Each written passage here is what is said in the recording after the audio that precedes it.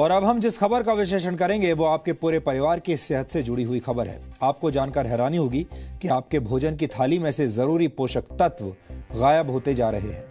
यानी आप जो खाना खा रहे हैं उससे आपका पेट तो भर सकता है लेकिन पोषण नहीं हो सकता।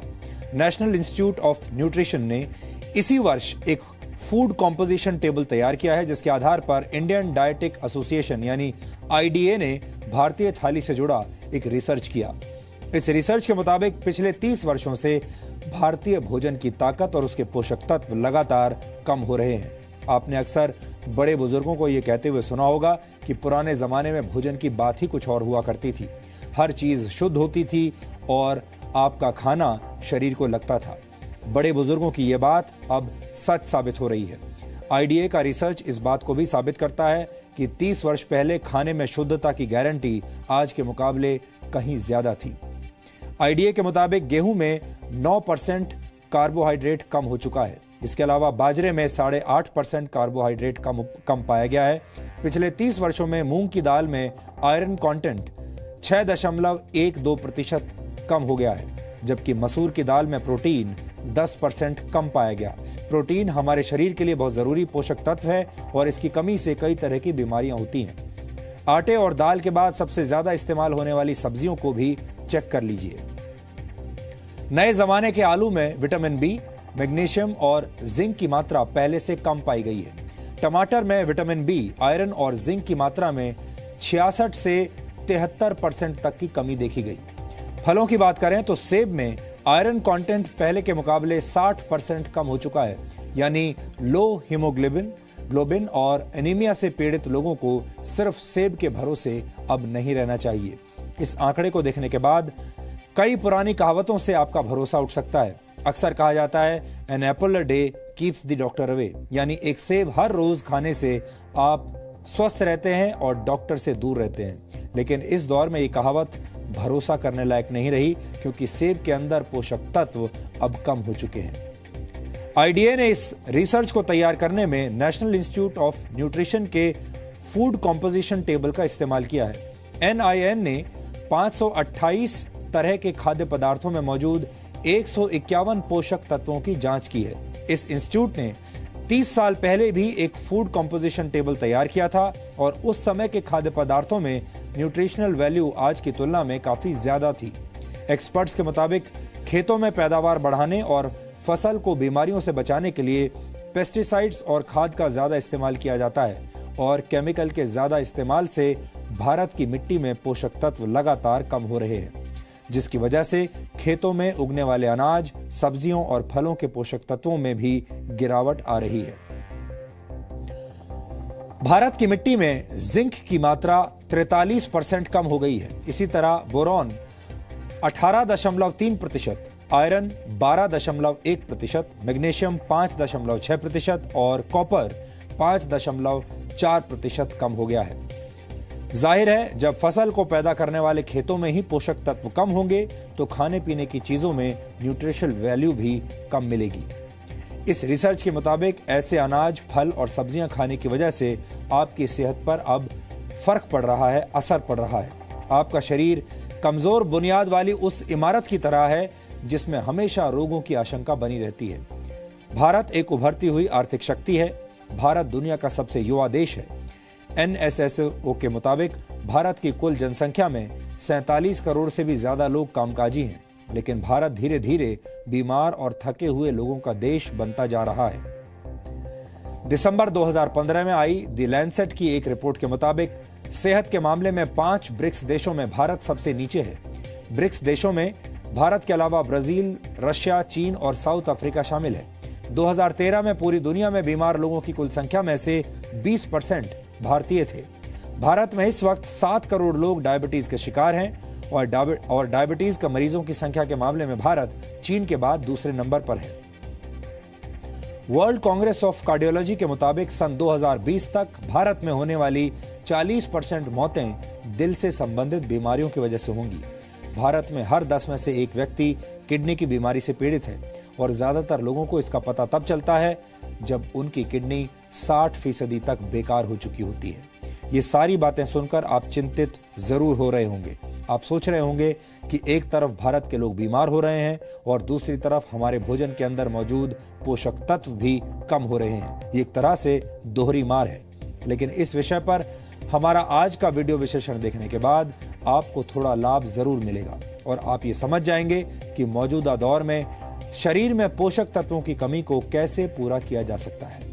हर वो चीज जो चमकती है सोना हो ये जरूरी नहीं है। आपकी खाने की थाली पोषक तत्वों के मामले में आपको धोखा दे रही है तो ये भी हो सकता है कि चमकता हुआ टमाटर, चमकती हुई सब्जियां भी आपकी सेहत पर भारी पड़ रही हों। वैज्ञानिक चेतावनी दे रहे हैं कि मार्केट में अगर आपको टमाटर ज्यादा चमकता हुआ नजर आए तो बहुत मुमकिन है कि ये हाइब्रिड फार्मिंग के नाम पर केमिकल्स और आर्टिफिशियल वैक्स की देन हो। इनसे भी दूर रहने में भलाई है। रीजंस हैं, एक तो हम जिस तरह का एग्रीकल्चर करते हैं, जिस तरह की टेक्निक्स यूज़ करते हैं, बहुत इंटेंसिव है, तो probably there is not enough time for uptake जिसमें कि सारे न्यूट्रिएंट्स वहाँ पे एब्जॉर्ब हों। तो इंटेंसिव एग्रीकल्चर जो हो रहा है उसकी वजह से, और दूसरा जो कार्बन डाइऑक्साइड एमिट हो रहा है एटमॉस्फेयर में, जो अब बहुत बढ़ गया है, एमिशंस बढ़ गए हैं, वो एक रीज़न है that is affecting nutrient composition. ये सब सवाल खड़े हुए हैं इंडियन डाइटेटिक एसोसिएशन के आकलन से। दरअसल नेशनल इंस्टीट्यूट ऑफ न्यूट्रिशन ने 2017 के लिए फूड कॉम्पोजिशन टेबल जारी किया है। ये टेबल हमारे देश में अनाज, फल, सब्जी, इन सब में पोषक तत्वों की मात्रा का सूचकांक है। यानी एक रोटी में कितनी कैलोरी, दाल में कितना प्रोटीन और फलों में कितना विटामिन पाया जाता है, इन सब को जांचने का आधार यही आंकड़े हैं। नेशनल इंस्टीट्यूट ऑफ न्यूट्रिशन ने इससे 30 साल पहले ऐसा एक टेबल जारी किया था। इंडियन डाइटेटिक एसोसिएशन ने जब 30 सालों में आए अंतर का आकलन किया तो पाया कि खाने से पोषक तत्व यानी न्यूट्रिएंट्स गायब हो रहे हैं। ये हर चीज़ का अलग अलग जैसे देखा गया है, और बहुत जनरलाइज करना अभी मेरे लिए ठीक नहीं रहेगा, क्योंकि ये जो NIN ने अपनी फूड कॉम्पोजिशन टेबल्स 2017 में निकाली है, तो उस पर अभी भी लोग उसको देख रहे हैं, समझ रहे हैं और उसको पूरी तरह ये एब्जॉर्ब करने की कोशिश कर रहे हैं। तो उसमें जनरली ट्रेंड्स देखा गया है, जैसे दालों में भी प्रोटीन की मात्रा थोड़ी कम हुई है, कुछ कहीं कहीं जैसे आयरन की मात्रा की कुछ चीज़ों में कम हुई है, अंडे वगैरह में भी प्रोटीन कम हुआ है। यानी ऐसा हो सकता है कि सब्जी, सलाद, चावल, रोटी और फल से भरपूर होने के बाद भी आपकी थाली आपको सेहत के लिहाज से भूखा ही मार रही हो। आपका पेट तो भर रहा हो लेकिन सेहत वाली जरूरत आधी ही रह जाए। एक स्वस्थ पुरुष को पूरे दिन में 2320 कैलोरी की जरूरत होती है, जबकि एक महिला को 1900 कैलोरी की जरूरत होती है। ये जरूरत खाने में शामिल रोटी, सब्जी, दाल, सलाद और फलों से पूरी हो सकती है। एक पुरुष को दिन भर में 60 ग्राम और महिला को 55 ग्राम प्रोटीन की जरूरत होती है। इसके अलावा कैल्शियम की जरूरत 600 मिलीग्राम होती है, जबकि महिलाओं को पुरुषों की तुलना में ज्यादा आयरन की जरूरत होती है। एक महिला को पूरे दिन में 21 मिलीग्राम आयरन की जरूरत होती है, जबकि पुरुष को 17 मिलीग्राम आयरन की। लेकिन अगर अब आप ये सोचकर कंफ्यूज हो रहे हैं कि आपको कैसे पता चलेगा कि जो खाया वो तन के साथ साथ मन को यानी सेहत को भी लगा या नहीं लगा, तो जानकार ये सलाह देते हैं कि अपने खाने में सेहतमंद चीजों की वैरायटी लाएं। वैरायटी डाइट में लेनी चाहिए। जैसे प्रोटीन में स्प्राउट्स हैं, या प्रोटीन में जैसे पनीर है या सोया है, तो सिर्फ दाल पे ना डिपेंड करके साथ में आप कोई सोया या कोई पनीर ऐड करेंगे तो उसमें एक तो डिफरेंट काइंड ऑफ प्रोटीन मिलेगा और एक थोड़ा सा वैरायटी मिलेगी आपको, और न्यूट्रिशनल वैल्यू आपकी कॉम्पनसेट हो जाएगी। इसी तरीके से जैसे अगर आप कार्बोहाइड्रेट लेते हैं तो अब कार्बोहाइड्रेट्स पहले जैसे गेहूं है उसमें कुछ विटामिन बी कॉम्प्लेक्स होता था, अब वो कम हो गया है, यानी 10% जैसे कि रिसर्च कह रही है कम हो गया है। तो वो 10% कॉम्पनसेट करने के लिए अगर वही विटामिन आप फ्रूट एक्स्ट्रा ले लें, या जैसे आप कोई सैलड एक्स्ट्रा ले लें या वेजिटेबल जूस एक्स्ट्रा ले लें, तो वो कॉम्पनसेट हो जाएगा। अगर आप सेहतमंद खाना खा रहे हैं यानी प्रोसेस्ड और जंक फूड से दूर हैं, तो आपकी सेहत को खतरा थोड़ा कम है। लेकिन अगर आपके बाल तेजी से गिर रहे हैं, त्वचा पीली पड़ रही है, नाखून टूट रहे हैं और आपको हर वक्त कमजोरी का एहसास होता है, तो हो सकता है कि आपकी सेहत की जरूरत पूरी करने के लिए आपको मल्टीविटामिन्स की जरूरत पड़ जाए। सबसे पहले तो जैसे कि आप पैकेज्ड फूड कम लेके, अगर आप सीजनल जो फ्रूट है, वेजिटेबल है और खाना है, अनाज, वो ज़्यादा लें, सीजनल जो आपका खाना है। दूसरी चीज़ ऑब्वियसली है कि जैसे कि आप अपनी डाइट में जो एक पुरानी जैसे हरी चटनी है या जैसे कि सैलेड है, ये सारी चीज़ें और इंक्लूड करें, ताकि अगर एक तरफ से प्रोटीन और कार्ब मिल रहा है, दूसरी तरफ से आपको विटामिन मिनरल मिले। देन अगर डेफिशिएंसी बहुत ज़्यादा बढ़ गई है और कमज़ोरी आ गई है या दिख रहा है कि प्रॉब्लम्स आ गई हैं, तो फिर हो सकता है मल्टीविटामिन्स भी लेने पड़े। खाने से पोषक तत्व गायब होने के पीछे सीधी वजह है मिट्टी से गायब हो रही ताकत, यानी उसकी उर्वरा शक्ति।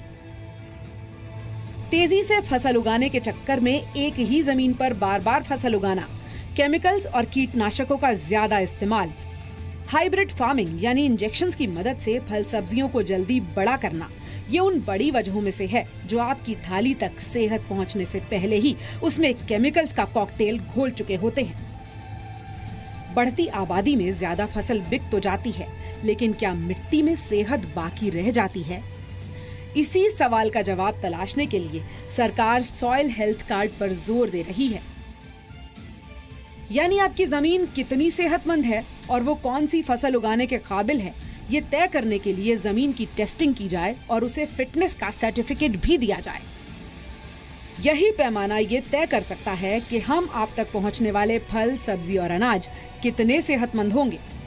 टेस्टिंग लैब में है, जहां पर सॉइल टेस्टिंग लगातार की जाती है और इस वक्त भी आप देख रहे हैं यहां सॉइल टेस्टिंग के लिए काम चल रहा है। मेरे साथ त्रिवेदी जी हैं, इनसे मैं समझना चाहूँगी, सर सॉइल टेस्टिंग अगर कोई किसान ये समझना चाहे कि उसके लिए अपनी मिट्टी की जाँच कराना क्यों ज़रूरी है, तो आप उसको क्या बताना चाहेंगे? बेसिकली जो सॉइल होता है, सॉइल में एक NPK, नाइट्रोजन, फास्फोरस और potassium, these are the primary जो रिक्वायरमेंट होती है। जैसे आदमी के लिए हवा की रिक्वायरमेंट होती है, ये अगर जो डेफिशिएंट सॉइल होगी तो उसमें जो क्रॉप है वो उगाना एक जस्टिफाइड नहीं होगा। तो इसके लिए प्राइमरी जो नाइट्रोजन, फास्फोरस, पोटेशियम, इन्हें तो टेस्ट कराना ही कराना है, उनका लेवल्स आपको टेस्ट कराना है, टेस्टिंग है, और ये 2 से 3 दिन में आराम से टेस्ट हो जाते हैं। किसान को इससे क्या फ़ायदा होता है?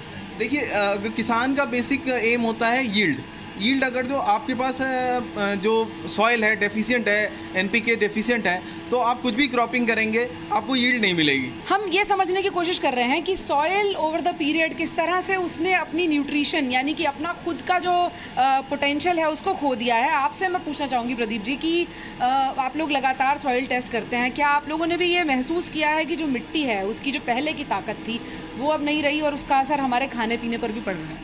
आजकल जो नॉर्मल है, चाहता है किसान बहुत कम समय में जल्दी से जल्दी अच्छी पैदावार हो और अच्छी पैदावार होने के बाद में वो हम मार्केट में अच्छे दाम मिल सके। लेकिन उसमें क्या है, उसमें एक तो अपना टाइमिंग जो होती है वो फसल की टाइमिंग को कम करता जा रहा है, और जो उसमें जैविक खाद है उसको हटा के उसमें जो रासायनिक खाद वगैरह जो उर्वरक हैं उनको इस्तेमाल कर रहा है, जैसे कि DAP, यूरिया वगैरह जो हम इस्तेमाल कर रहे हैं।